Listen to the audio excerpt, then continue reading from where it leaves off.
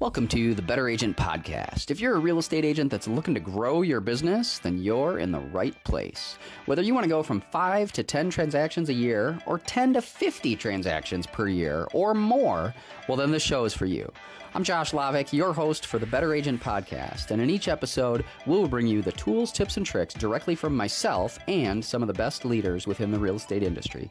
We have one goal in mind, and that's to boost your production and elevate your real estate game. Let's dive in and start creating a better real estate experience together.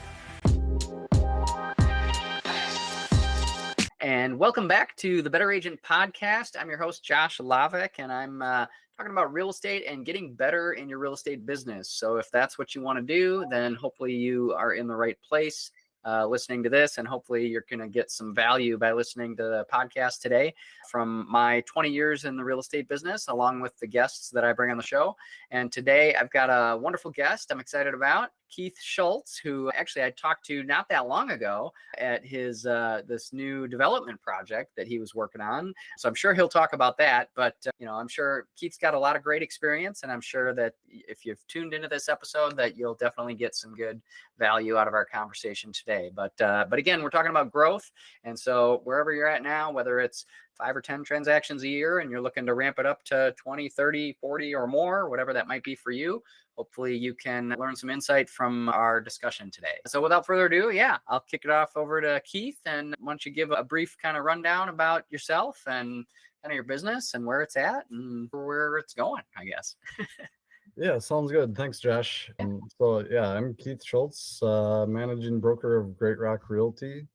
Also have a couple of investing businesses in real estate, one being Badger Real Estate Investments, which is my rental properties and rental management, as well as Third Space Garages, which is our new development that Josh mentioned. Yeah, that was the one I mentioned. I met you at the other day. That was great. I love that place. Yeah, it was fun. I started out with investment properties in 2001.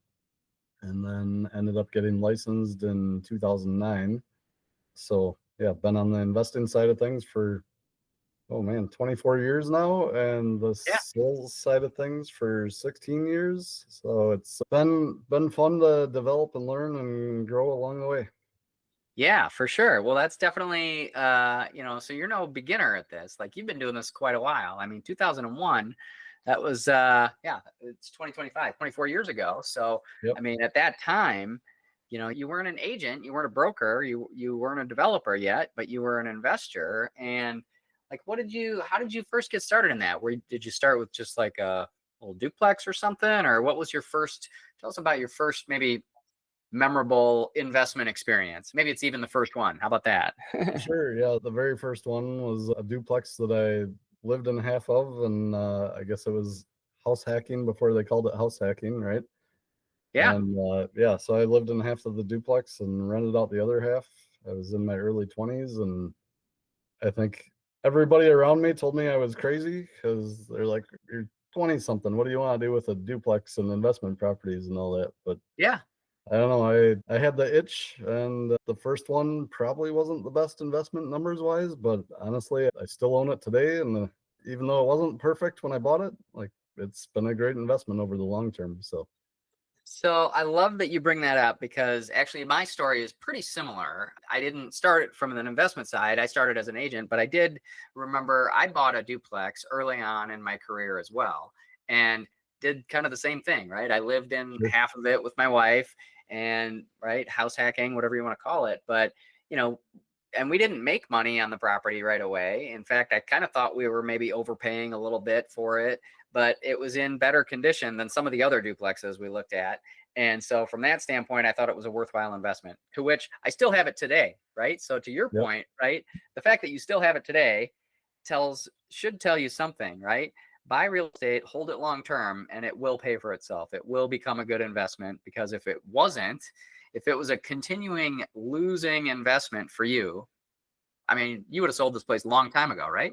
Oh, for sure. Yeah. And I say the numbers weren't great when I bought it. That's because I know more about crunching the numbers now and getting a good deal and what is a good deal and all that. But similar to you, it was a nicer property than anything else I was finding. So maybe a little higher price than some of the others, but yeah, it's continued to grow in value and rents continue to grow up. And I think I refinanced it 3 times probably to get rates down. And yeah, I mean, now it's paid for in all cash flow and the tenants basically paid it off. So Totally. Yeah. So I'm in a similar position. I've got my duplex I still own as well. Still cash flows every month. I've got a significant equity position on that.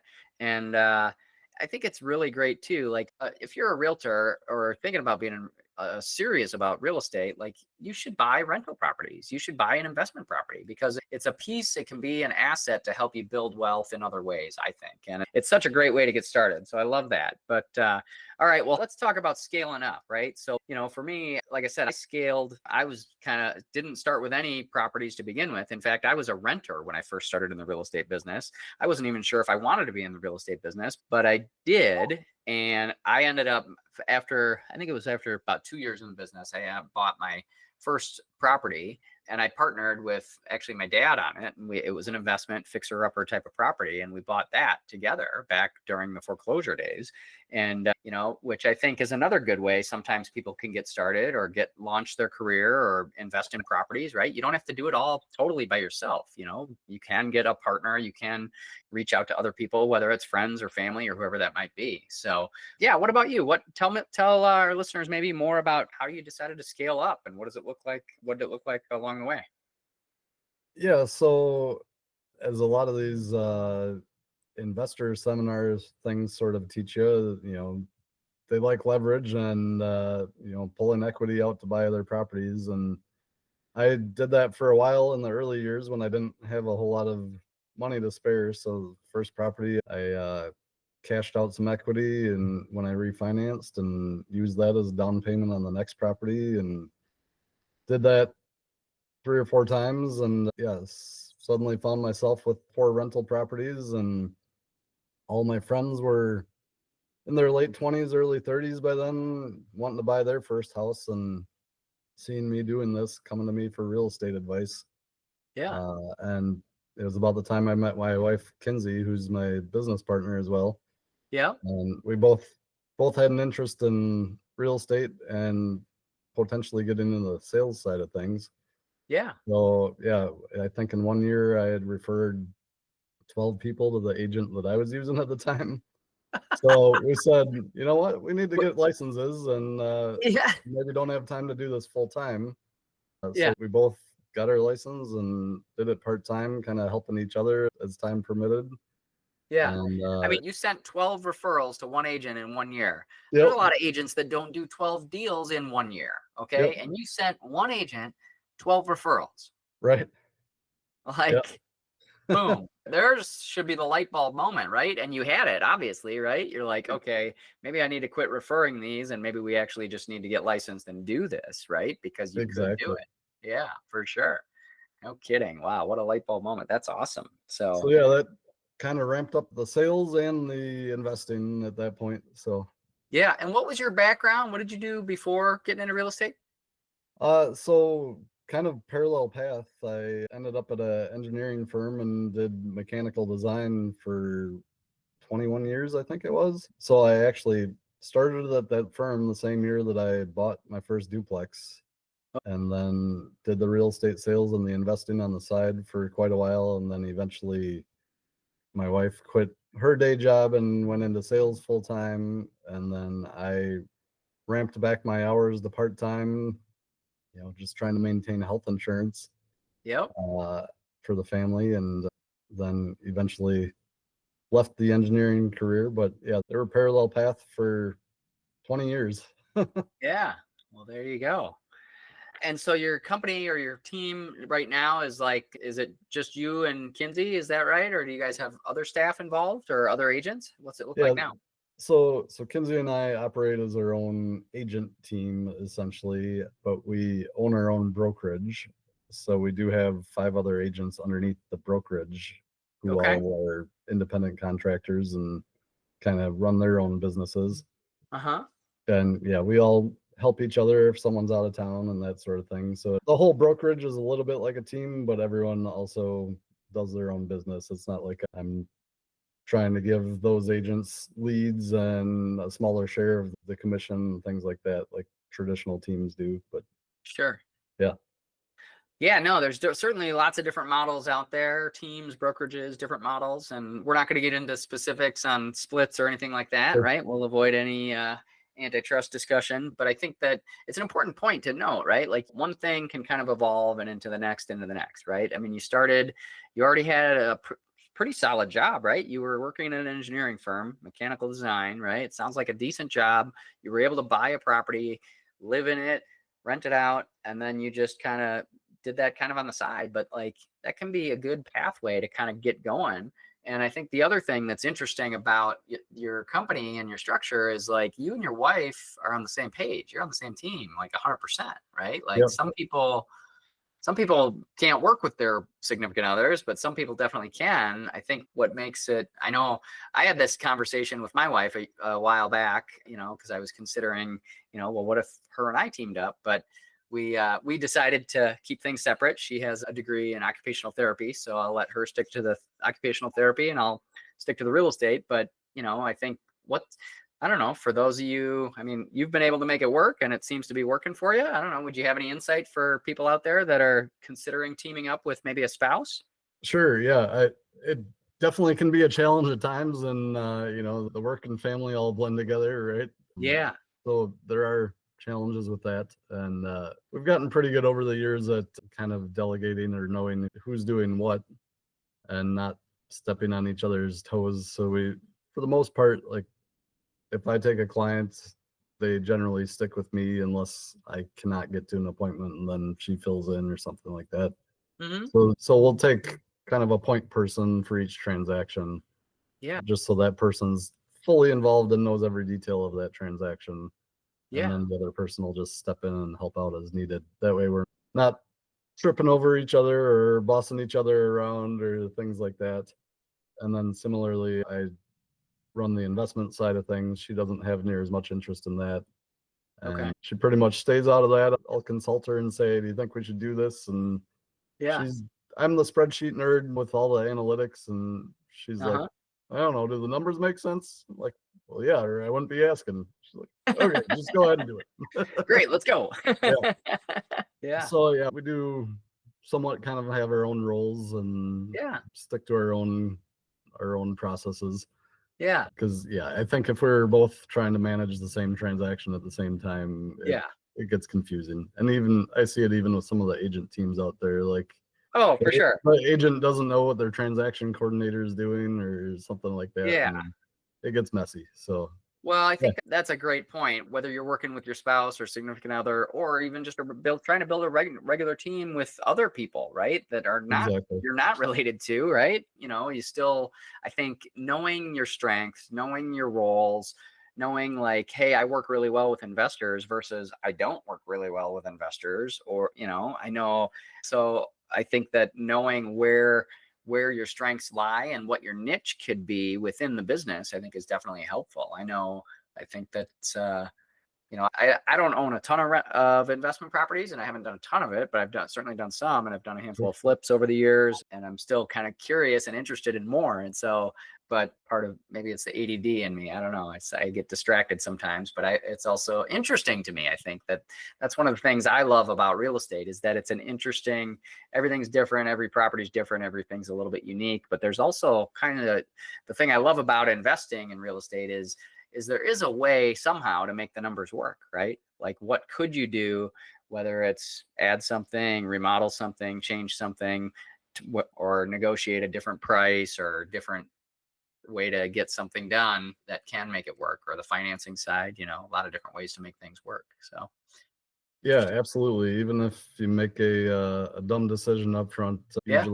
usually inflation saves your butt 10 years down the road, or even 3 to 5 years down the road. So Oh, overpaid for that one. I better just hang on to it for 20 right, years. Yeah. right. That's one way to look at it for sure. Yeah. All right. So tell me about, I haven't had a lot of developers on my show before. So for people maybe that are looking to get into that, right? We all know there's kind of an inventory shortage in terms of housing, but you've done some other development stuff. Maybe share more about that journey and how that's been. And is it, yeah, I don't even know much Yeah, about it. I don't know what questions to ask. I mean, I've never done any developments myself personally. I've had clients that I've represented builders to build new homes and development and stuff like that. But I haven't taken, a raw piece of dirt and said, hey, we're going to put up X, Y, and Z. yeah, for sure. And to be honest, I've never done a residential development. Yeah. I've helped represent builders like you of like Okay. selling out lots in the development and things like that. Yeah. But yeah, coming from the engineering world, I saw a little bit more of how some of that process evolved in the early stages of, how do you get plans approved and how do you get through the city processes and things like that. Sure. And then, yeah, working with a builder on a residential development and selling his lots, I saw that side of things. Yeah. So, yeah, personally, our recent development has kind of been a little bit of a passion project, honestly, because Yeah. I'm into classic cars and, we like boats and jet skis and things like that too. And Yeah. I live in the city of Verona, which a lot of the developments don't like outbuildings and don't allow you to build sheds or leave the boat in the driveway all summer, things like that. Yep. So So for yeah, those of you listening, maybe that don't know, the development Keith's talking about, it's like a warehouse, mini storage warehouse type of property. So if you do have a boat, camper, RV, classic car, all that stuff, right? You can keep it right there on your storage units, right? Is what it yep, basically is. yep. So yeah, the development's called Third Space Garages, and Yep. it's probably not for someone who just has one car or one boat or something like that. They're bigger spaces that are more like a 4-car size Yeah. for people with multiple toys and want space to tinker on them or fix them or have power to charge batteries or trolling motors or whatever they need to do. It's not just your mini storage that you drop it off, have no electricity or heat, and you don't see it again until the next time you pull it out. Right. Yeah. Um, No, these are definitely nice and big and large, spacious. The other thing I think that's super unique on them, I mean, I've seen storage units all over the place, but what stood out to me about the third space garages is kind of your little common space lounge, right? So like, the whole development there is like it's encouraging all the owners and people that have the different properties in there to kind of come in this little common space and come hang out and talk about their classic car or boat or whatever it might be. So I think I don't know, it just stood out to me as a real unique project. I don't think I've really seen that hardly anywhere. So I think, I don't know, I just thought it was a really cool idea. And the fact that you've been able to pull it off so far, it seems like it's been working. So that's cool. yeah, yeah. So I guess to come full circle on that, I had kind of watched for that little farmette just outside of town, still in the school district, so I didn't have to move my kids, and just never found the right property with a pole barn big enough. And then when I left the engineering world and was not working 3 jobs anymore, Yeah. I found myself with a little time, and I said I gotta get back into some hobbies and enjoyment, and that's kind of what stemmed that project. So that I wanted a space that we can store toys and tinker and get similar people with similar interests together and Yeah. hang out and enjoy the clubhouse and talk cars, boats, whatever. Yeah. It's a cool idea. I like it. Very cool. All right. Well, after being in real estate since you've been licensed since '09, investing since '01, I mean, I'm sure you've had a number of challenges along the way. It hasn't been all rainbows and unicorns, right? Any big obstacles that you think you encountered along the way that come to mind? How you overcame them? Yeah, I mean, from the sales side of things, like it's always cyclical, right? Some years you have an amazing number of sales and some years you don't. So Mm, for any agent that's starting out, I would say don't just jump all in on day one and go quit your job and then start, I'm going to be a real estate agent the next day, because you probably won't have an income for 6 months. okay. Well, um, that's good to know, right? I think if you're brand new, thinking about getting them licensed, getting into real estate, you may not get paid for 6 months. Whoa, that's a little different than W-2 earner, right? So for sure. Yeah. So how do you overcome that? Like, how do you overcome the cyclicalness or from your perspective, what's worked well for you? Yeah, and that's where I really like investing alongside with sales, because keeping some cash flow coming in from the investments definitely Yeah, helps stabilize the checking account. Uh, totally. Yeah, yeah, because check, if you have cash flow every month, right? You should have that consistent income at least once a month if you're able to cash flow a little bit. So that can help even out some of those ebbs and flows. So yeah, no, I think that's a good thing to do. I mean, I remember when I first started, I was waiting tables and bartending part-time, when I first started, because it was, I did have these kind of longer swings between sales and that kind of thing. So I think when you start out, it takes a lot of effort and inertia. I think people oftentimes underestimate how much effort it takes actually. yep, And it's kind of like taking an airplane, right? To actually launch it off the runway, like yep. takes a significant amount of effort to get that airplane in the air. But once you get it up there, like then you can taper off. But like at first takeoff, you got to go all out, or you're gonna stay on the ground. Yeah, that's a great description. Definitely in the early years, it takes more effort and time and strategy and all Yeah, that than it does in the later years. I feel like once you've built, you know, a history of sales and a client base, then yeah, referrals start to roll in, and yep, it each new lead seems to take a little less effort. sure, yeah, exactly, definitely. All right. Well, Keith, anything else on your mind that you think our listeners might find interesting or to know about you and your business? And Um, I don't know. You want to talk what's happening in the local market a little bit?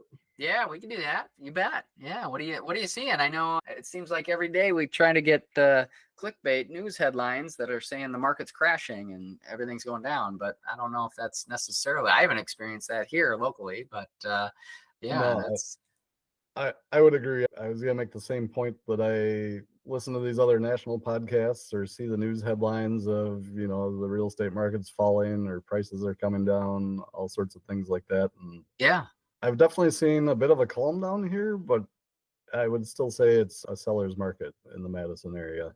yep, yep, And for sure. yeah. So I mean, the prices are still up over last year, although not as much as the previous year. We're not seeing the Yeah, 8 to 10% increases, but yeah. we're still increasing, so that's good, I think.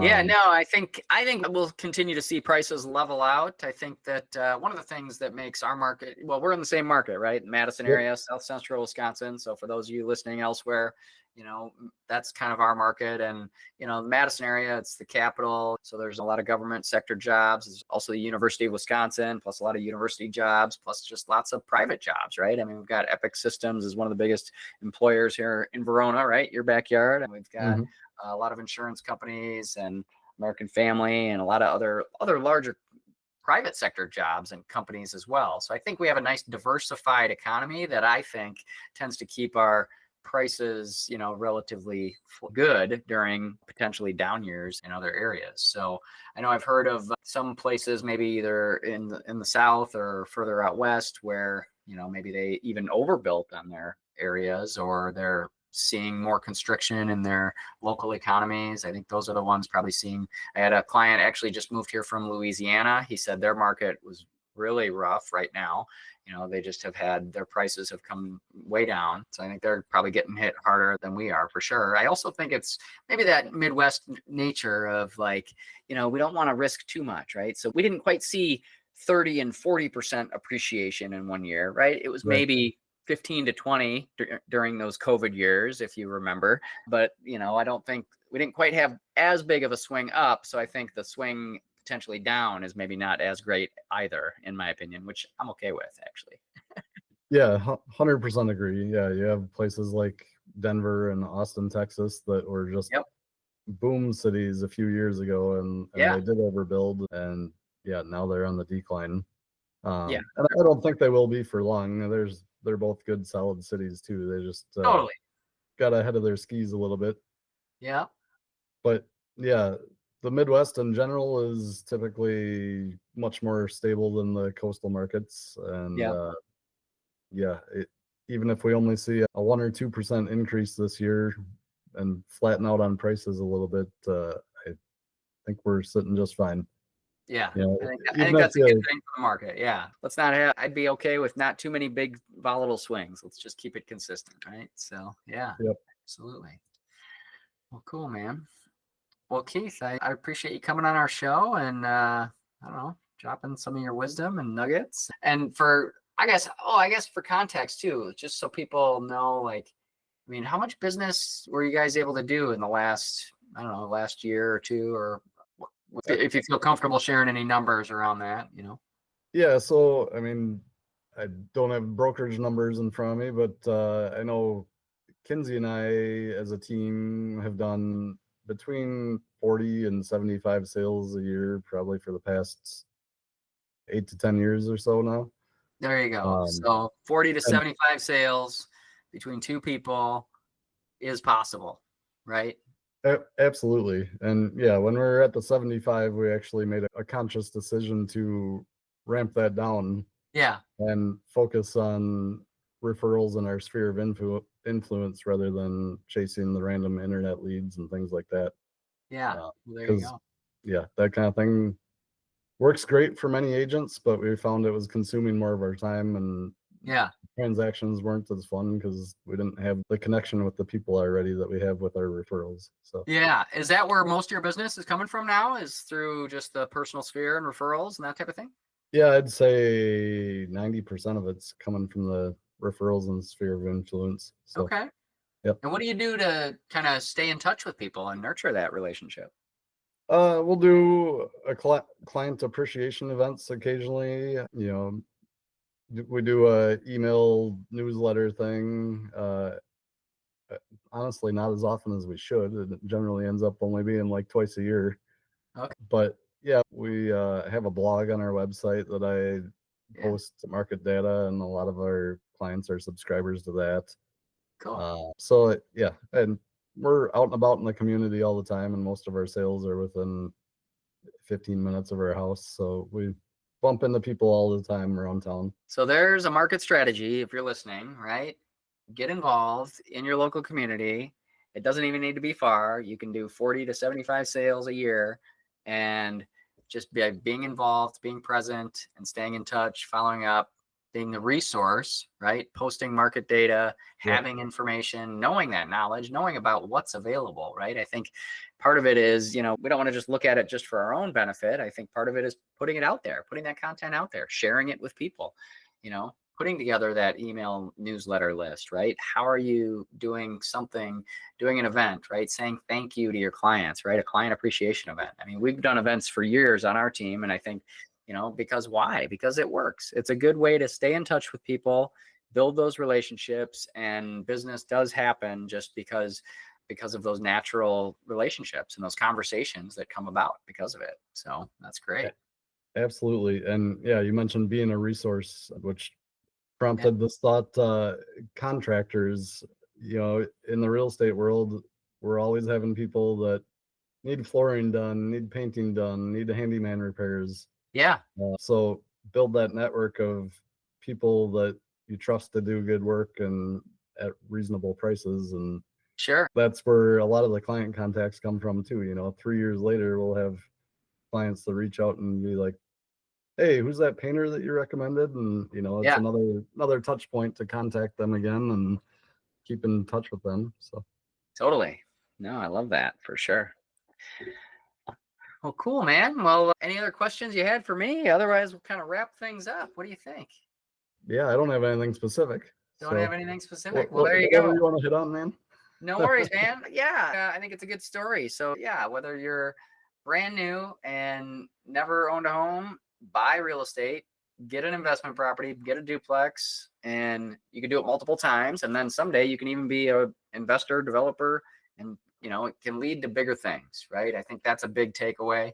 I think you know I've experienced it in my business, in my investing career. You know, investing hasn't been a huge part of it, but it's definitely been a part of my real estate career, absolutely, and it's absolutely contributed to the success of it. So I think it's a great pathway to get to really ramp things up too. If you're not investing in real estate, I highly recommend it. So, but Keith, I appreciate your time today and coming on the show and sharing your wisdom and your experience with all of our listeners. And everyone, thanks for tuning in. I hope you enjoyed it and got some value out of our discussion. And if you want more of this, tune in next time as we interview other guests and go over other topics of how we can help you in your real estate business and help you grow and become a better agent on the Better Agent podcast.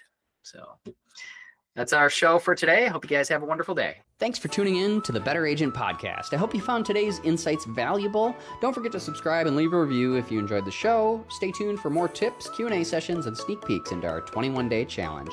To get full access of our show notes and more details on the 21-day challenge, go to abetterrealestateexperience.com. Keep striving for greatness, and I'll see you on the next episode.